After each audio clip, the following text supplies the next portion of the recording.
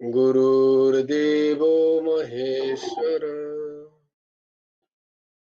गुरुर्साक्षात् परब्रह्म तस्मै श्रीगुरवे नमः। कृष्णाय वासुदेवाय हरये परमात्मने प्रणतः क्लेशनाशाय गोविन्दाय नमो नमः। वसुदेवं सुतं देवं कंसचाणूरमर्दनं देवकी परमानन्दं कृष्णं वन्दे जगद्गुरुम्।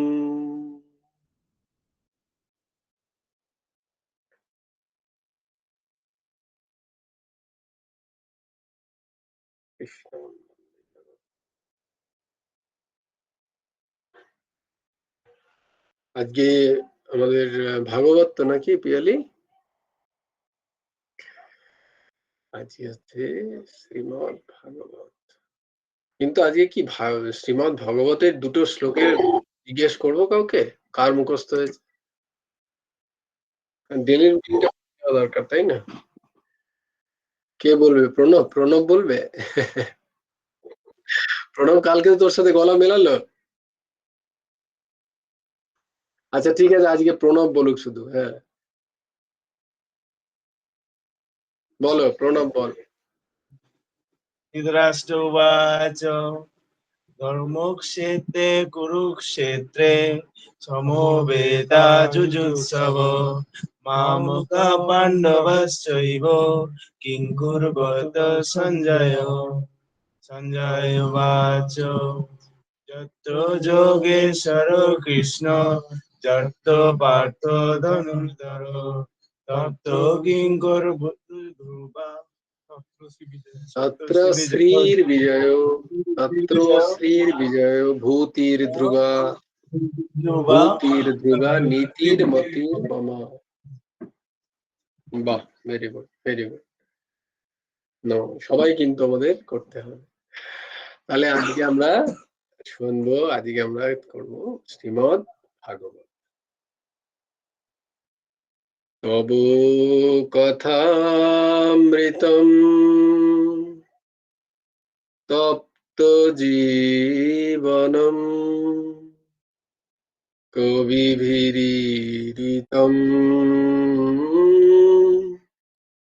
কল্মষাপহম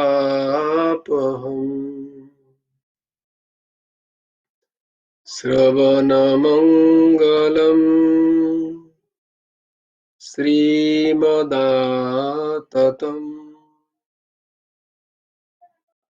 ভুবি গৃণন্তি ये ভূরিদা जना। হরি ওম তৎসৎ। তত্রৈব গঙ্গা যমুনা চ তত্র গোদাবরী তত্র সরস্বতী চ সর্বাণি তীর্থানি বসন্তি তত্র যত্রাচ্যুতদারঃ কথা প্রসঙ্গঃ। দেখো, আমাদের আগেই বলেছি শ্রীমদ ভাগবতের অপার মহিমা। বলছে এই শ্রীমদ ভাগবত কথা যেখানে পাঠ হচ্ছে, যেখানে শোনা হচ্ছে, সেখানে সমস্ত তীর্থরা এসে বসবাস করেন। সমস্ত তীর্থরা সেখানে এসে তাদের তীর্থত্বের পুনরুদ্ধার করেন। বলে কেন তীর্থের আবার তীর্থের পুনরুদ্ধারের কি প্রয়োজন? কারণ তীর্থে সবাই যায় সব পাপ ক্ষয় করার জন্য। তীর্থ বলে আমি তাহলে কোথায় যাব আমার পাপ ক্ষয়ের জন্য? আমি তো এত পাপ অ্যাকিউমুলেট করছি, সবাই পাপ গুলোকে আমি নিয়ে নিয়ে নিয়ে নিয়ে রাখছি, তো মহা মুশকিল। তাহলে আমি কোথায় যাই? মুক্তি বলে গোবিন্দ সো মেরি মুক্তি বাতাও। একবার কি হয়েছে, বৃন্দাবনে বৃন্দাবনে মুক্তি,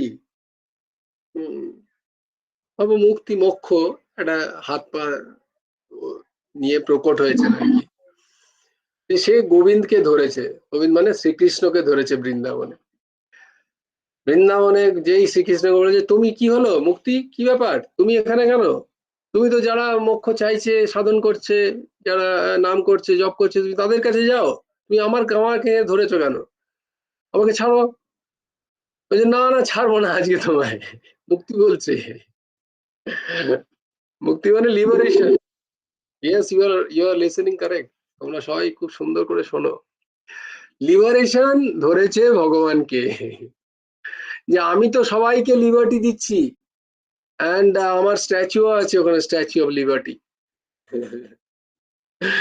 but how can I be free, আমি কি করে ফ্রি হব, আমি কি করে লিবারেশন পাবো। মুক্তি বলছে এই যে ব্রহ্মাণ্ডের সৃষ্টিতে তুমি আমাকেও সৃষ্টি করেছো, তাই জন্য আমি সবাইকে দিচ্ছি, তারা সবাই মুক্তি পেয়ে যাচ্ছে।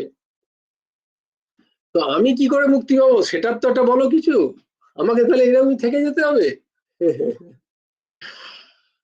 मुक्ति कहे गोविंद सो मेरो मुक्ति बताओ। তো গোবিন্দ বল रहा है তাই তো বটে বাবু, তোমার মুক্তি কি করে হয়।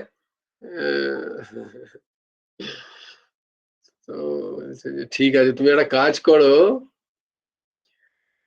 এই যে বৃন্দাবনে যত সাধু সন্ত মহাত্মারা আছেন, যারা নিরন্তর ভাগবতী কথা পান করছেন, এই যে ভাগবতের কথা, ভাগবতী কথা, কৃষ্ণ কথা যারা নিরন্তর পান করছেন, কেন বললেন তুমি আবার বলবে পান কোথায় করছি, আগেই একবার বললাম না, পান করছেন তারা নিরন্তর।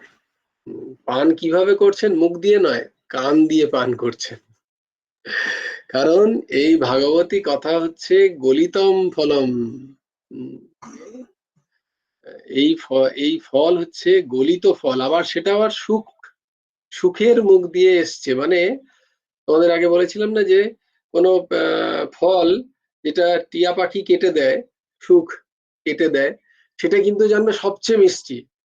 হ্যাঁ, সেই ফল যদি কোনোদিন খেতে পারো, অবশ্যই টিয়া পাখি খেয়েছি কিনা দেখবে, সাপেও খায় অনেক সময়। তো আমি বলছি না আপনার, যদি কখনো কোনো টিয়া পাখি খেতে দেখো কোনো ফলকে, বাট এখন যা অবস্থা সাপে খেলেও তোমার আমাদের কিছু হবে না। আমরা এত পরিমাণ পেস্টিসাইডস খাচ্ছি, so we are all habituated. বরং সাপে খেলে বলে না আজকাল, সেই সেই বেগুনটাই নেবে যে বেগুনে পোকা ধরেছে, তার মানে সেখানে পেস্টিসাইডস নেই, তবে গিয়ে সেই বেগুনটাতে পোকা খেয়েছে, সেই বেগুনটা নিও, গুড ফর ইউর হেলথ।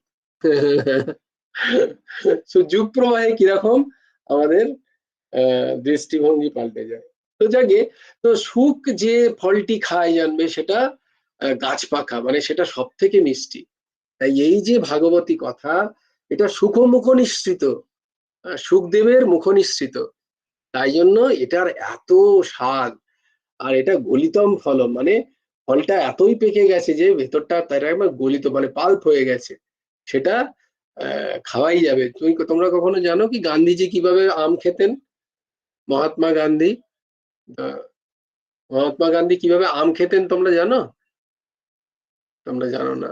তোমরা যদি কখনো পড়ো মহাত্মা গান্ধীর জীবনী, what was the what was the name of that book? No, no, no. They experiment with the truth. They experiment with the truth. Mahatma গান্ধীর, শ্রীমান মহাত্মা গান্ধী, আমার বলা উচিত নয় এইভাবে, আমার রাষ্ট্রপিতা, তো তার biography, autobiography, the experiment with the truth. সেটা বড় কথা না, বড় কথা হচ্ছে তিনি লিখছেন যে আম খেতে তিনি কিভাবে ভালোবাসতেন না, তিনি পাকা আম নিয়ে আমটাকে আগে কাটতেন না, গোটা আমটাকে এরকম করে হাতে করে মানে ঠেসে নিতেন, দিয়ে পেছন দিক থেকে কেটে আহ, তিনি চুষে খেতেন, অ্যাজ ইফ লাইক একটা পাল্পের মতো। তো এইরকম বলছে, এইরকম ভাবে কারণ এই যে ভাগবতী যে ফল, এখানে আঁটি নেই, এটা সবটাই রস। খোলাটা ছাড়ালে এটাতে সবটাই রস। তাই এই রসস্বরূপ ফলকে খাওয়া যায় না, একে পান করতে হয়। এই শ্রীমদ্ ভাগবতী কথা। আর যেহেতু সুখের তাহলে প্রশ্ন আসলো যে এই সুখ এলেন কোথা থেকে? সুখের আজকে আমরা সেই সুখদেবের আজকে আমরা জন্ম বৃত্তান্ত একটুখানি শ্রবণ করবো, যে সুখদেবের জন্ম কোথা থেকে হলো এবং তিনি কিভাবে ভাগবত শ্রবণ করলেন। একবার কি হয়েছে, নারদ মুনিকে তো তোমরা সবাই জানো। জেনারেলি আমাদের ছোটবেলা থেকে দেখানো হয়েছে নারদ মুনি সবার সাথে ঝগড়া লাগান, আদৌ কিন্তু তা নয়।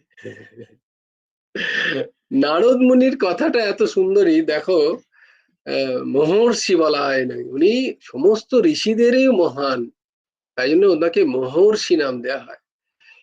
শাস্ত্রে লেখা আছে এমন কোনো জায়গা নেই যেখানে নারদ মুনির সাথে কারোর দেখা হয়েছে, সে যেভাবেই হোক, হয়তো নারদ মুনিকে কেউ টিটকিরি কাটতে গিয়েও দেখা হয়েছে, বা যেভাবেই হোক না কেন ডিস্টার্ব করতে গেছে সেখানেও দেখা হয়েছে, যেভাবেই নারদ মুনির সাথে যার সাক্ষাৎকার হয়েছে তার সাথে ভগবানের সাক্ষাৎকার হয়েছে। এটা একটা অদ্ভুত সিদ্ধান্ত, কারণ নারদ মুনির কথাটাই ওই জন্য লেখা আছে নারদ। কি লেখা আছে? নারদ, মানে নারদ মুনির সাথে যার দেখা হয়ে আর কেউ আটকাতে পারেনি, মানে রদ করতে পারেনি ভগবানের সাক্ষাৎকারের সাথে। তার সাথে দেখে নাও হিস্ট্রিতে, শাস্ত্রতে স্বাভাবিকভাবে কতজনের নারদ মুনির কৃপা প্রাপ্ত হয়েছেন, সে বলা হয় কঠিন কৃপা বা নবনীত কৃপা, মানে নরম কৃপা। মানে প্রতিকূলে বা অনুকূলে যেভাবেই নারদ মুনির সাথে যার সাক্ষাৎ হয়েছে তার সাথে ভগবানের সাক্ষাৎ হয়েছেই। সেই নারদ মুনি একদিন সুকমুনি, অ্যাকচুয়ালি সুকমুনিকে আনতে হবে তো ভাগবতের পাঠ করাতে হবে, তাই নারদ মুনির এইসব লীলা খেলা আর কি। নারদ মুনি তার বিনা যন্ত্রে নারায়ণ নারায়ণ করতে করতে কৈলাসে পৌঁছেছেন। কৈলাসে মা তখন পার্বতী মা সবে ঝাঁট দিচ্ছিলেন। আচ্ছা, ঝাঁটের আগে দিলাম, বলবে পার্বতী মা ঝাঁট দিচ্ছে, আচ্ছা ঝাঁট দেওয়াটা ছেড়ে দাও। পার্বতী মা তখন কি করছেন, সুন্দর গোমাতার গোবর গুলে, তোমরা কি কখনো দেখেছো গোবর নেতা দিতে? উঠোনে উঠোনে মায়েরা দিতেন আগেতে বিভিন্ন, এখন সেসব উঠে গেছে, ওগুলো আউটডেটেড জিনিস, এগুলো এখন আর কেউ মানে না। আমরা এখন কেমিক্যালস মানি।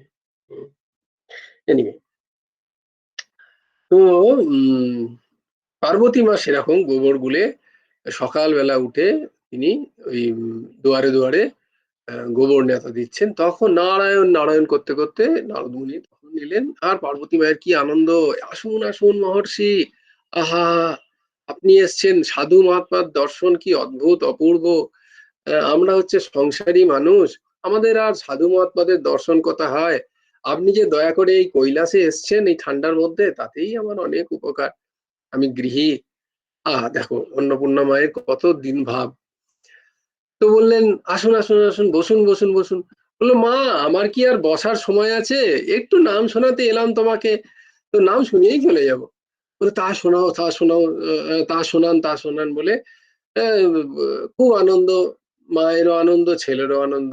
মা ও হাততালি দিতে শুরু করলেন, আর নারদ মুনিও নাচতে নাচতে বিনা যন্ত্রে নারায়ণ নারায়ণ রাধে শ্যাম শ্যাম শ্যাম রাধে রাধে গাইতে লাগলেন। গাইতে গাইতে বললেন খুব মা খুব মা, খুব ভালো দারুণ আনন্দ, খুব সুন্দর। তখন নারদ মুনি বললেন মা একটা কথা বলবো? বললো বলো বলো, বলুন বলুন মহর্ষি আপনি বলুন।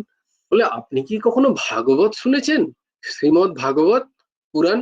আপনি তো অনেক অনেক পুরাণ শুনেছেন, শ্রীমৎ ভাগবত শুনেছেন কারোর কাছে? বলে না বাবা, আমাকে আর কে শোনাবে এই কৈলাসে এসে, এত ঠান্ডার মধ্যে কে এসে শোনাবে বলো, আমাকে কেউ শোনায় না। বলছি কেন, আপনার প্রতিদেবী তো সমস্ত শাস্ত্রজ্ঞাতা, তাকে একটু বলে দেখুন না।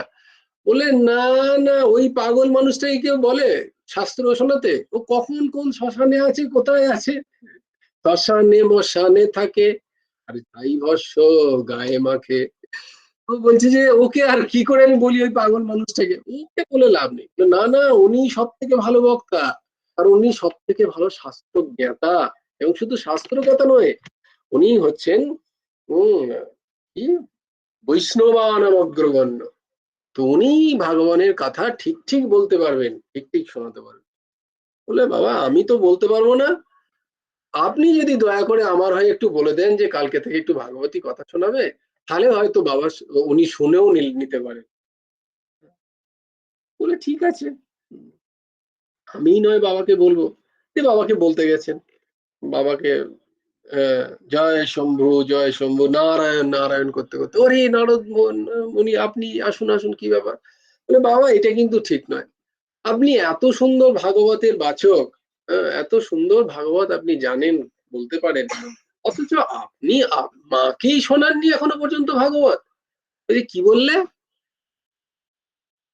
পারবো? তুমি তোমার মায়ের কথা বলছো?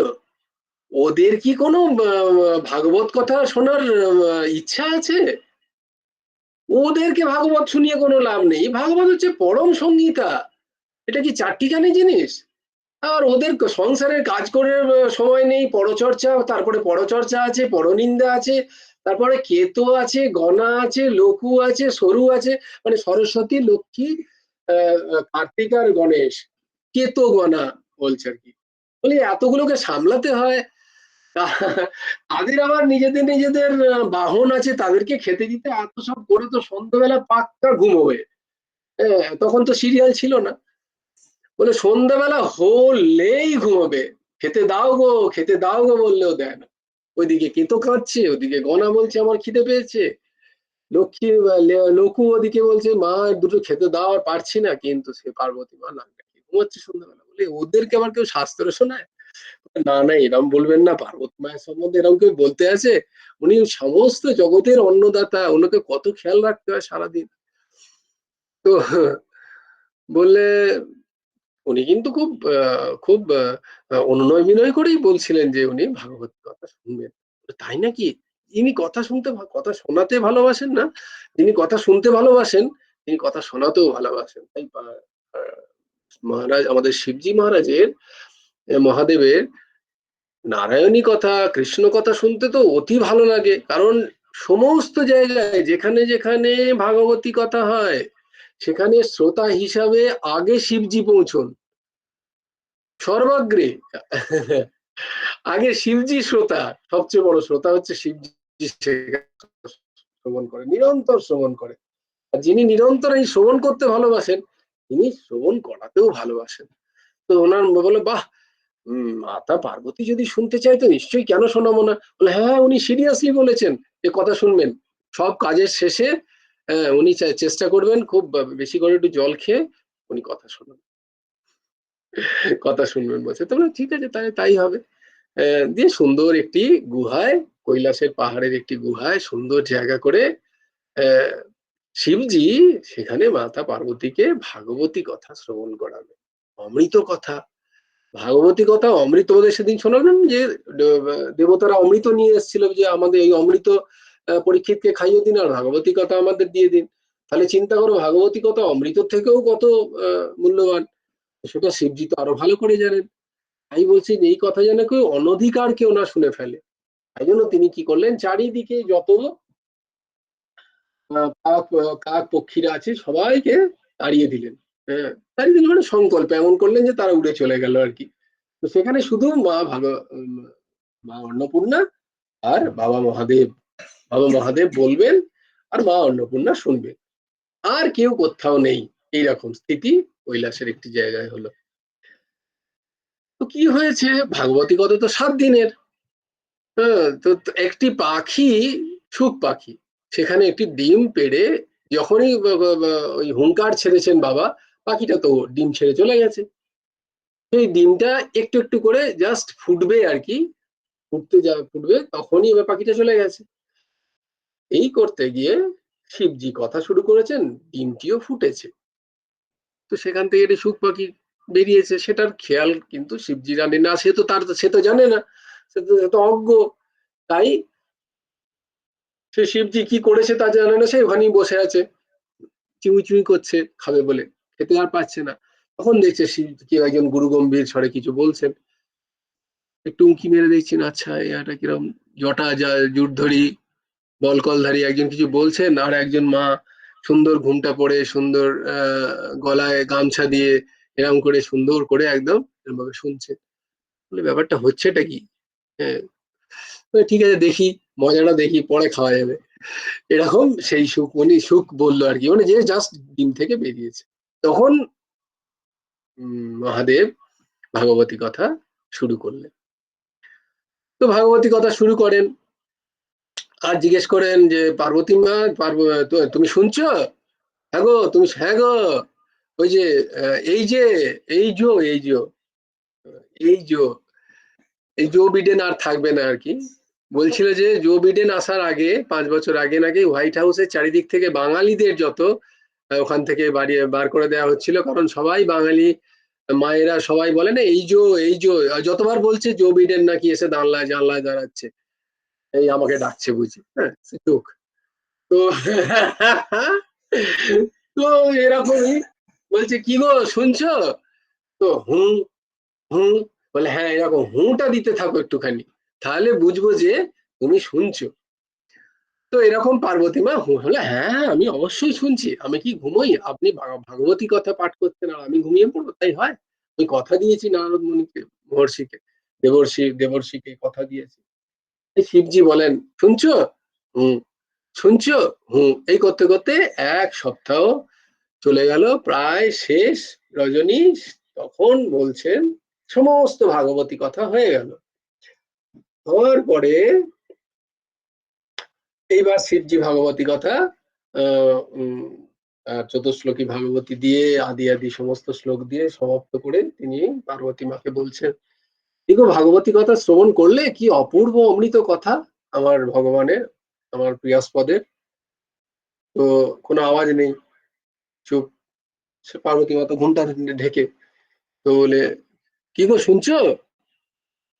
তো কোনো আওয়াজ নেই। তারপরে বলছে যে আচ্ছা ঠিক আছে, তুমি এতই মগ্ন হয়ে গেছো ভাগবতী কথা শ্রবণ করে, কৃষ্ণ কথা শ্রবণ করে গিয়ে তুমি কথাই বলতে পারছো না? সত্যি এরকমই তো কথা বটে। আচ্ছা ঠিক আছে, এই যে এতদিন ধরে ভাগবতী কথা শ্রবণ করলে, তাহলে তুমি বলো তো যে তোমার কাকে বেশি পছন্দ এখন, তোমার এই নিজের প্রতি মানে আমাকে, না জগৎপতি সেই শ্রীকৃষ্ণকে তোমার পছন্দ? শ্রীকৃষ্ণের কথা তো তুমি শ্রবণ করলে। এইবার ওই কথাটি ভাগবত সতী সতী পার্বতী মা যখন এই কথাটা শুনেছে চমকে উঠেছে, মানে ঘুম ভেঙে গেছে। ঘুম ভেঙে বলছে এই রে, হ্যাঁ কি যেন বললেন, প্রশ্নটা আরেকবার বলুন।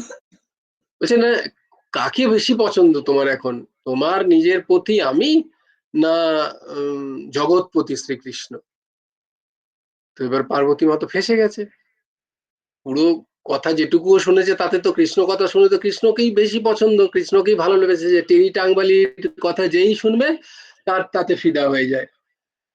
এতে যেই কিছু করার নেই, হ্যাঁ এই জন্য বলে বৃন্দাবনে যেও, কিন্তু ওখানে একজন না কালো ছেলে ঘুরে বেড়ায়, ও যদি কাছে আসে চোখটা বন্ধ করে নেবে সঙ্গে সঙ্গে। বলছি আচ্ছা চোখটা বন্ধ করে নেবো, বলে হ্যাঁ একদম, কোনো এক ঘুরে বেড়ায়, যে কোনো সময় ছোবল মেরে দিতে পারে একদম, আর ছোবল মেরে দিলেই গেলে তোমার সংসার সব বিলুপ্ত হয়ে যাবে। আচ্ছা সে কখনো যদি চোখ মেলায়, একদম মেলাবে না, তাহলে তুমি নিজেকেও ভুলে যাবে। তো ये কালিয়া কা জলওয়া হ্যায়। তো ও কালিয়া, তেরা টাংবালি কালিয়ার কথা যারাই শুনে তারা লাট্টু খেয়ে যায়।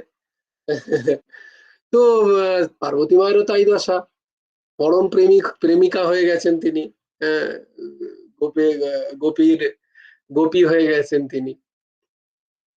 তো তার তো ইচ্ছা সত্যি কথা বলার, যে আমার তো এখন সেই ব্রজেশ ভূপকেই ভালো লাগে, সেই মুকুন্দ টেরা টাংবালি।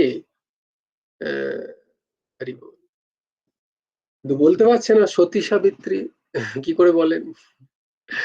তখন কি করেছে, বলছে যে তুমি কি ঠিক ঠিক শুনেছো?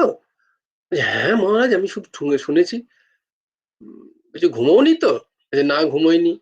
এই কথা শুনে ওই ওই যে সুখমণি সুখ যিনি 7 দিন হয়ে গেছে তার, প্রথম দিন হয়ে জন্ম নিয়েছিল, 7টা দিন একটু বড় হয়ে গেছে, ঠিক ওখান থেকে ফিক করে হেসে ফেলেছে পার্বতী মায়ের এই দশা দেখে, হি করে এসছে। বলে এটাকে, শিবজি গেছেন রেগে, পার্বতী মা তো আরো রেগে গেছে, এক তো আমি ঘুমিয়েছি ঠিক আছে, এটা কোত্থেকে এলো আমার ঘুমটাকে প্রকাশ করার জন্য। তো শিবজি বলছে আমি তো সবাইকে তাড়িয়ে দিয়েছিলাম, এটা কার হাসি, মানে তুমি এতদিন শোনোনি, তাহলে হুটাও কে দিয়েছে, তো সেটা আবার হাসছে সুখ, ওই সুখ বলছে সুখ হু তো আমি দিয়েছি। সুখ কিন্তু সারাক্ষণ না ঘুমিয়ে এই ভাগবতী কথা শ্রবণ করেছে, ওই হুটা সুখ দিয়েছে মাঝে মাঝে, পার্বতী মা তো ঘুমিয়ে পড়েছে। তাই এই সুখ সমস্ত ভাগবত কথা শ্রবণ করেছে, ব্যাস এবার তো ঝামেলা, শিবজি গেল, এ তো মহা মুশকিল হলো, অপাত্রে দান হয়ে গেল, তাহলে কি করা যায়, আর পার্বতী মাও খোঁচে বোম, আমার ঘুমিয়ে পড়েছি, তুই আমাকে এরকম আবিষ্কার করলি, এরকম অপমান না সহ্য করে শিবজির ত্রিশূল নিয়ে সঙ্গে সঙ্গে তার দিকে, তোকে তোর আজকে মৃত্যু নিঘাত, বলে তার দিকে পাঠিয়েছে। এবার সেখান থেকে সুখ সুখ এবার উঠতে উঠতে ত্রিশূল তাকে দৌড় করাচ্ছে, জাস্ট থিঙ্ক, ইমাজিন, হ্যাঁ, একটা ফিকশন মুভিজ আর কি, সুখ দৌড়চ্ছে তার পেছনে পেছনে পেছনে শিবজির ত্রিশূল, গাইডেড মিসাইলের মতো আর কি, এরাম এরাম ভাবে টিরেন হয়ে হয়ে যাচ্ছে চারিদিক। তখন তখন কি হয়েছে, কাশীর ঘাটে ব্যাসদেব পত্নী সুলজা, ব্যাসদেব পত্নী সুলজা রানী, সুলজা মহাদেবী, ইনি কি করছেন, সকাল বেলা উঠে গঙ্গা স্নানে গেছেন, গঙ্গা স্নান করে উঠে আর হাই পেয়েছে, মানে জিম হাই বলে, মানে ঘুমটা ঠিকঠাক হয়নি, একটু অক্সিজেন, লেস অফ অক্সিজেন হয়েছে আর কি, ওই যেমন আমাদের অর্ঘের পাচ্ছে, করে হাই নিয়েছে, যেই হাই নিয়েছে সুখ, তখন কি করেছে, ভেবেছে এইটা হচ্ছে আমার প্রপার জায়গা বেঁচে যাওয়ার, কারণ উনি জানেন যে মুনি ঋষির যারা পত্নী ধর্মপত্নী তাদের আরো বেশি ক্ষমতা থাকে, হ্যাঁ ঐশ্বর্যিক ক্ষমতা, বলে ইনি আমাকে বাঁচিয়ে নেবেন। তো তিনি সোজা সেই সুরজা দেবীর মুখ গহ্বর দিয়ে গিয়ে একবারে জঠরে প্রবেশ করে গেছে, ব্যাস ত্রিশূল এসে তো সামনে দাঁড়িয়ে, কিছু করতে পারবেন না, কি করবেন, কি কিছু করার নেই, মুনি ঋষিদের পত্নীর বধ করার ক্ষমতা নেই তাদের, ব্যাস ত্রিশূল এসে তো দাঁড়িয়ে আছে, কি করে, এইবার বলছে এই বেরো বেরো বেরো, হ্যাঁ এই বেরিয়েছে পর, না বেরোবো না আর আমি, মহা সমস্যা, সুলজা দেবী বললো হে, তখন স্তব করলেন সুলজা দেবী, বললেন কি হয়েছে, বলে এই ব্যাপার, বলে দেখো আমার গর্ভে যখন সে এসে গেছে তাহলে তো সে আমার সন্তান, তাহলে তো এখন আর তাকে আপনি মারতে পারবেন না, আর আপনি তো পার্বতী এবং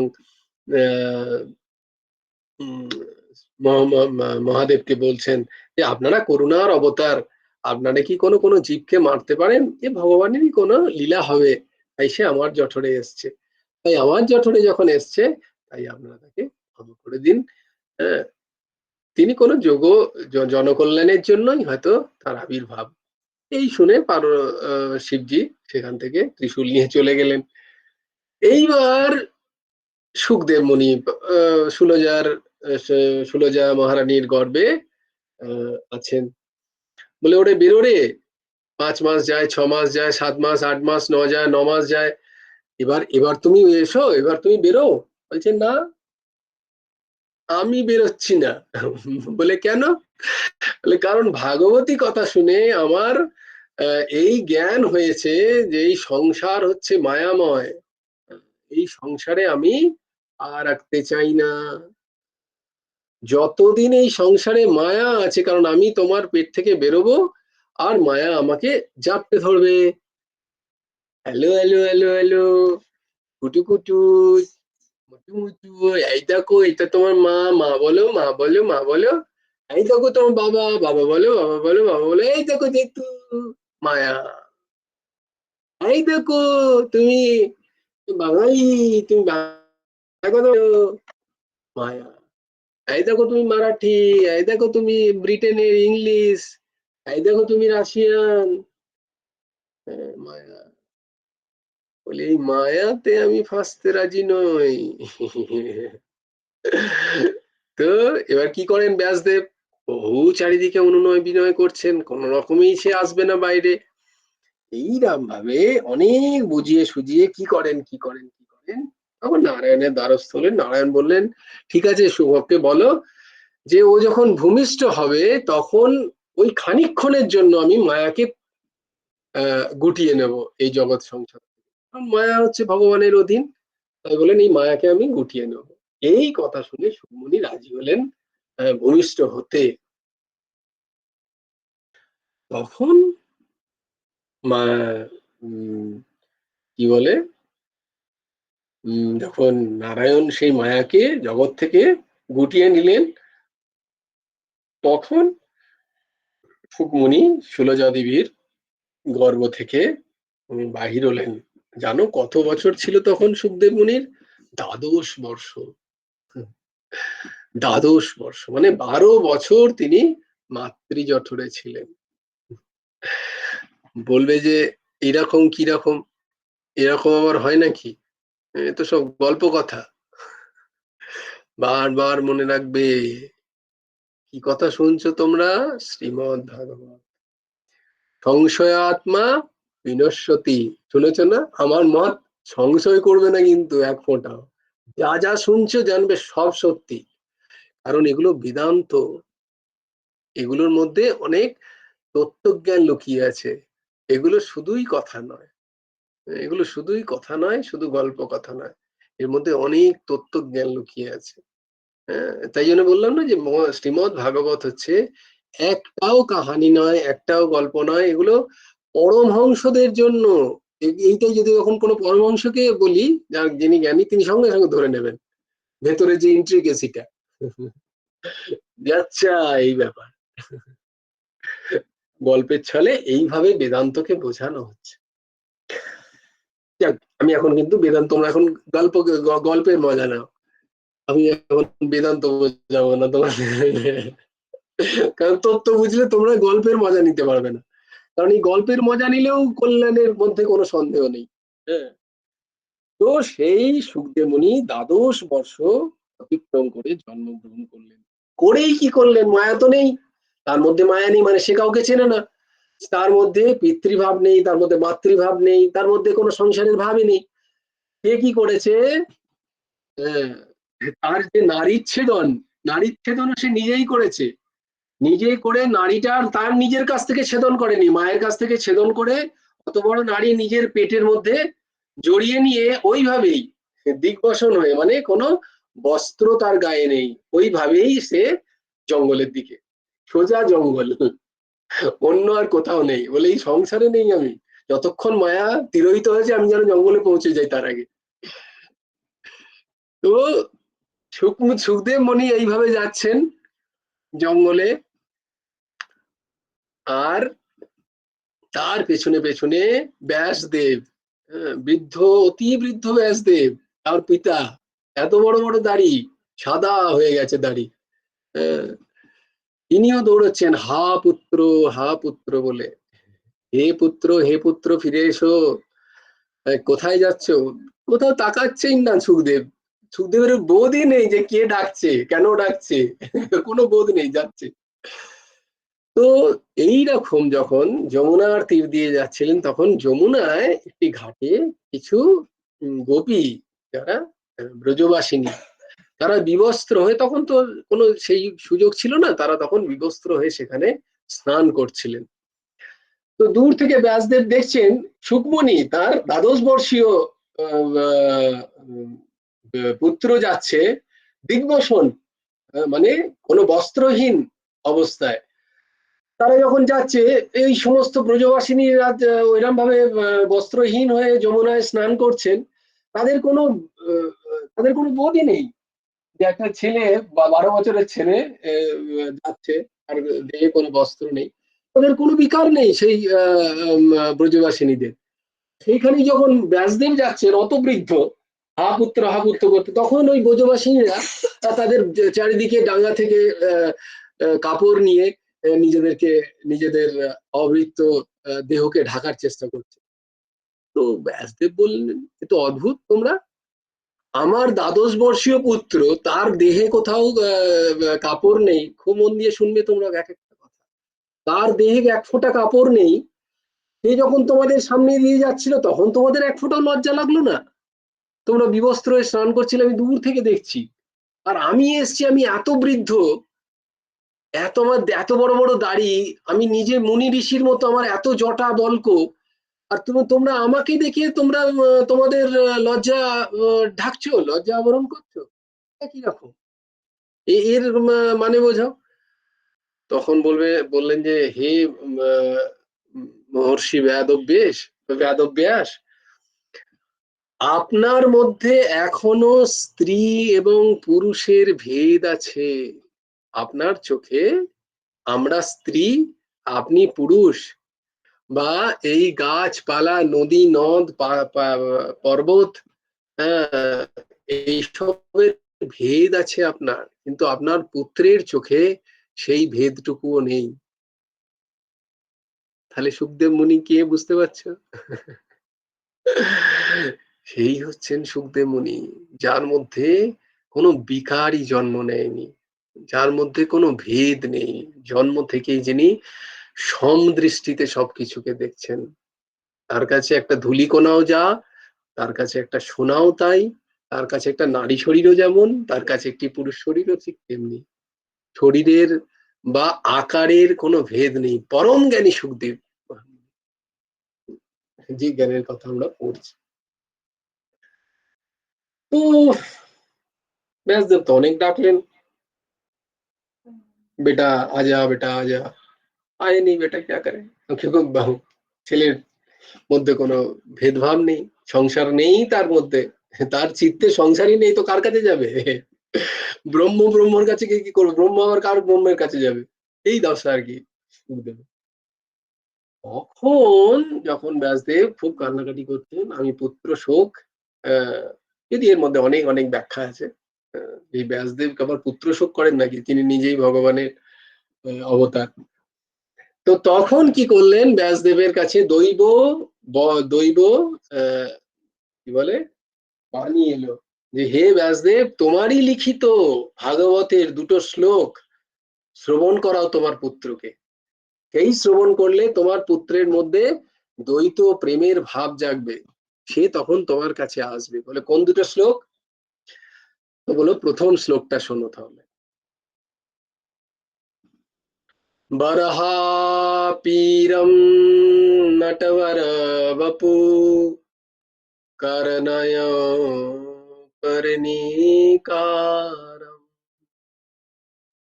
বিপ্রদবাসো কনককপিশম বৈজয়ন্তীম চ মালা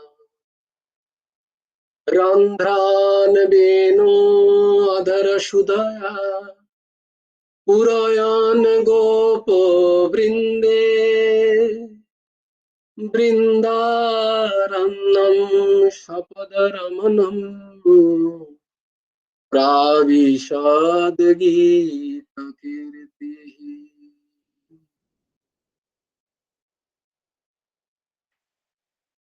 তো বললেন এই শ্লোকটা শোনাও।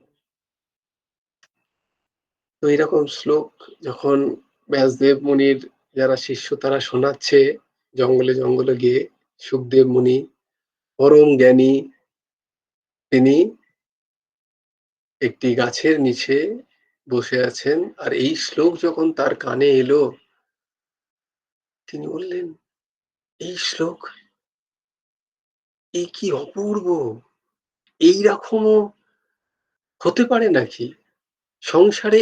এই রকম, এখানে তোমাদের একদিন বোঝাবো, এই শ্লোকে ভগবান শ্রীকৃষ্ণের রূপ মাধুর্যের কথা আছে। ভগবান শ্রীকৃষ্ণের রূপ মাধুর্য এখানে বলা আছে।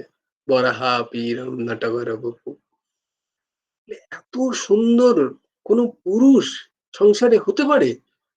ব্যাসদেব বলছেন দেখো, ভগবানের রূপ মাধুর্য শোনার সঙ্গে সঙ্গে তার দ্বৈত ভাব এসছে। সরি, সুখদেব শুনেছেন, আর তার মধ্যে দ্বৈত ভাব জেগেছে। এত সুন্দর রূপ মাধুর্য কোনো পুরুষের হতে পারে, কোন সৃষ্টিতে কোনো জীবের হতে পারে?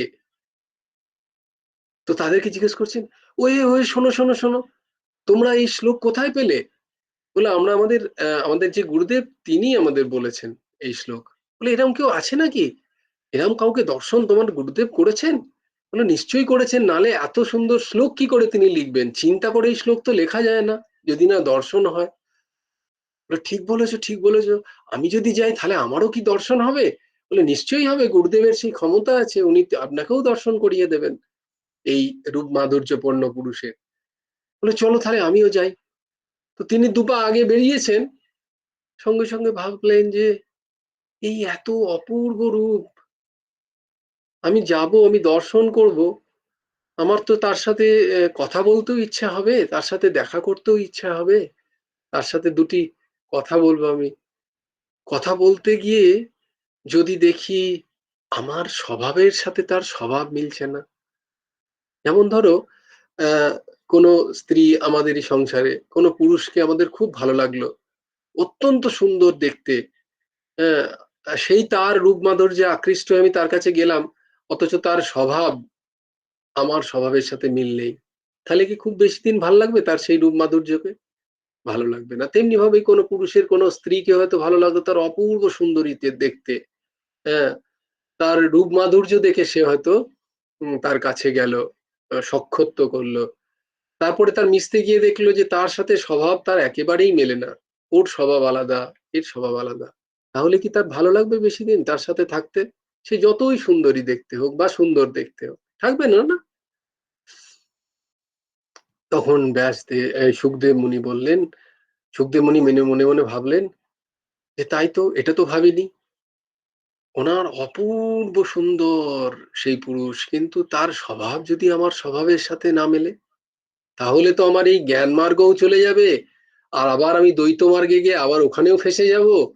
না না না, তোমরা যাও বাপু, যাও। কাদের বললেন? ব্যাসদেবের সেই শিষ্যদের বললেন, না না না, তোমরা যাও, ফিরে যাও, আমি যাচ্ছি না। বলে যা, মিশন ইম্পসিবল, মিশন ফেল হয়ে গেল।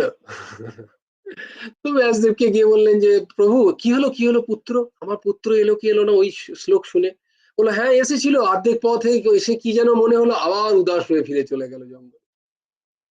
তখন বললেন হ্যাঁ রে, এবারও হলো না, তাহলে হে প্রভু, বলে তাহলে আরেকটা শ্লোক আছে, সেইটা শোনো। বলে কি শ্লোক?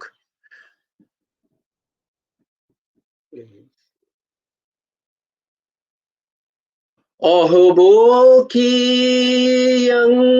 স্তনকালকূটং জিঘাংসয়া পায়য়দপসাদ্ভিः लेभे गतिं भर्तृचितां तपोहन्नं तं वा दयालुं शरणं व्रजे। अहोबकीजं स्तनकालुकं जिघांसया पाययदपसाद्भिः लेभे গতিং ধাত্রুচিতাম ততোহন্যম কং বা দয়ালুম শরণম ব্রজেম। এই শ্লোক যখন ব্যাসদেবের শিষ্যরা বললেন, আবার সেই শ্লোক সুখদেবের কানে গেল। ও, এটা কে? স্বভাব।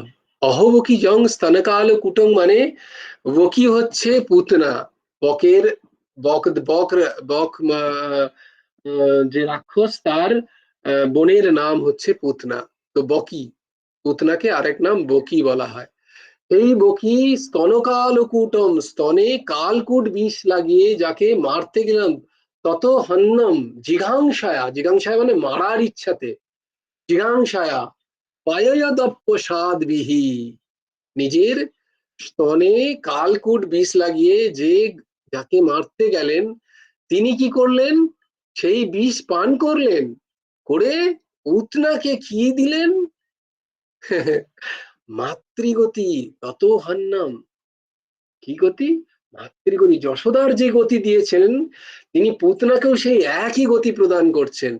কি অদ্ভুত স্বভাব! সেই পুরুষের। তো তাকে ছেড়ে আমরা আর কোথাও যাব? এত দয়ালু ভগবানকে ছেড়ে আমরা আর কোন কার কাছে শরণ নেব? যিনি, কেউ তাকে মারতে এসছে, যিনি জানেন তিনি তার বিষ পান করে তাকেও তিনি মাতৃগতি প্রদান করছেন। এইরকম পুরুষ তো আর কোথাও পাই না, কোথাও কোনো শাস্ত্রে নেই। তো এইরকম পুরুষকে ছেড়ে, এইরকম ভগবানকে ছেড়ে আমরা আর কার শরণ নিতে পারি? এত সুন্দর দয়ালু প্রভু ছেড়ে? এইটা হচ্ছে ওতে লেখা আছে। তো সুখদেব মুনি বলে, এত বড় দয়ালু কে? তো তাদেরকে জিজ্ঞেস করতে গেছেন যে কার সম্বন্ধে বলছো, কার সম্বন্ধে বলছো? বলে কেন, গতকাল যার সম্বন্ধে আমরা বর্ণনা দিচ্ছিলাম, যার, বলে সেই তিনি? বলে হ্যাঁ, আমাদের গুরুদেব বলে গেছেন যার বর্ণনা কালকে দিলাম, রূপ বর্ণনা, তারই স্বভাব বর্ণনা আজকে দিচ্ছি। তার রূপও এত সুন্দর আর তার স্বভাবও এত সুন্দর, না তাহলে তো এর সম্বন্ধে আমাকে জানতেই হবে। তখন এবারে বলে, তখন বলে আবার বলো, আবার বলো, কে লিখেছেন? বলে তো আমাদের গুরুদেব। তোমাদের গুরুদেবের কি নাম? আগে নাম জিজ্ঞেস করেনি কিন্তু, এইবার নামটা জিজ্ঞেস করেছে। কি নাম? না, মহমতি দৈবায়ন ব্যাসদেব। ও ব্যাসদেব, উনি তোমার পিতা। দেখো তাহলে অদ্বৈতে কি ছিল?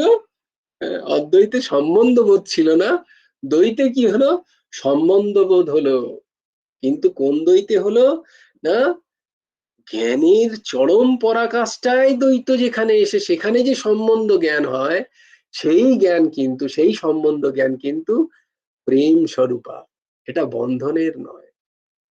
তখন ব্যাসদেব, এই সুখদেব, এই শিষ্যদের সাথে ব্যাসমুনির আশ্রমে গেলেন, মাতা পিতাকে প্রণাম করলেন এবং ব্যাসমুনিকে সমস্ত ভাগবত শ্রবণের ইচ্ছা প্রকাশ করলেন যে আমি সেই ঠাকুরের, যার এত সুন্দর অপূর্ব রূপ মাধুর্য, এত সুন্দর গুণ মাধুর্য, তার সম্বন্ধে, এত তার স্বভাব মাধুর্য, তার সম্বন্ধে আমি শ্রবণ করতে চাই।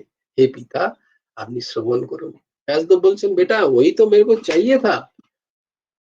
আমি ঠিক ঠিক কেন আমি তোমাকে হাপুত্র হাপুত্র করে যাচ্ছিলাম? আমারও পুত্র কলত্রতে কোনো মোহ নেই, কিন্তু আমি ঠিক ঠিক সৎসঙ্গী পাচ্ছিলাম না। তোমার মতো একজনকে পেয়েছিলাম বহুদিন পরে, তাই জন্য আমি সৎসঙ্গ করতে চাইছিলাম। কারণ এই যে শ্রীমদ ভাগবত আমি রচনা করেছি 18,000 শ্লোক, এটা শ্রবণ করানোর মতো আমার পাত্র চাইতো, এই পাত্র ছিল তুমি। তাই আমি তোমার পেছনে এই জন্য পুত্র মানে পিতার মোহ নিয়ে দৌড়চ্ছিলাম না, আমি দৌড়চ্ছিলাম হে পুত্র তুমি এই ভাগবত শ্রবণ করো, কারণ তুমি পাত্র এটা ধারণ করা, তুমি বুঝতে পারবে একমাত্র কি ভাব নিয়ে আমি এই 18,000 শ্লোক রচনা করেছি। সেই সৎসঙ্গের জন্য তোমার পেছনে পেছনে দৌড়চ্ছি। তো দিয়ে ব্যাসদেব পুত্রকে ভাগবত কথা শ্রবণ করালেন, আর সুখদেব মুনি সেই ভাগবত আদ্য পান্ত পান করলেন। সেখানে থেকে এই 18,000 শ্লোককে তিনি কণ্ঠস্থ করলেন, আত্মস্থ করলেন। কি কি করি আমরা? শ্রবণ, মনন, নিদিধ্যাসন, তারপরে আচরণ। বেশ, তাহলে আজকে আমরা এখানেই শান্ত করি ভাগবতী কথা। না, চতুশ্লোকী ভাগবত আমরা পাঠ করে নিই।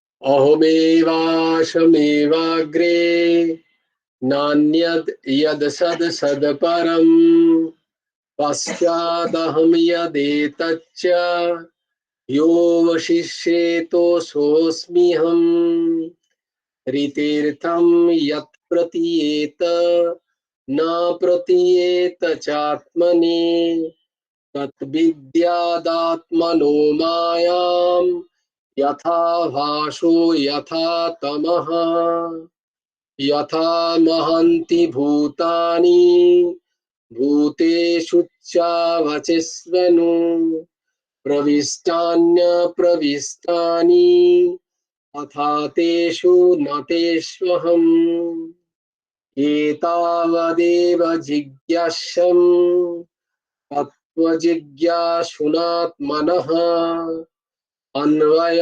व्यतिरेकाभ्याम् यत् সর্বত্র সর্বদা। হরি ওম তৎসৎ। ওই এতক্ষণ ছিল, কোথায় গেল গৌর হরি?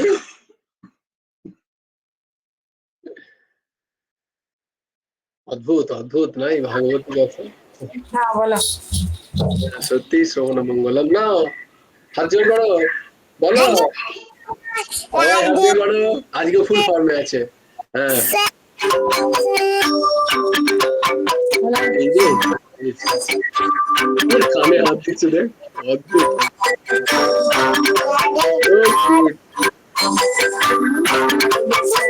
কোন তো করোটা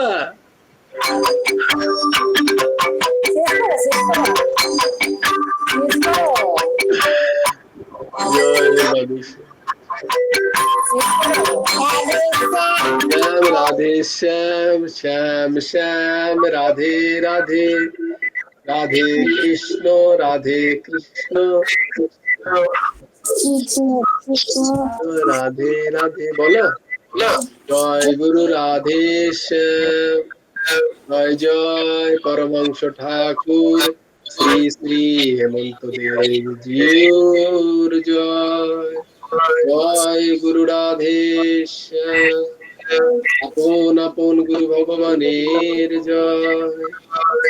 হরি ওম তৎসৎ। ওম শ্রী হেমন্ত দেবার্পণমস্তু। সবাই ভালো থেকো, সুস্থ থেকো, কালকেও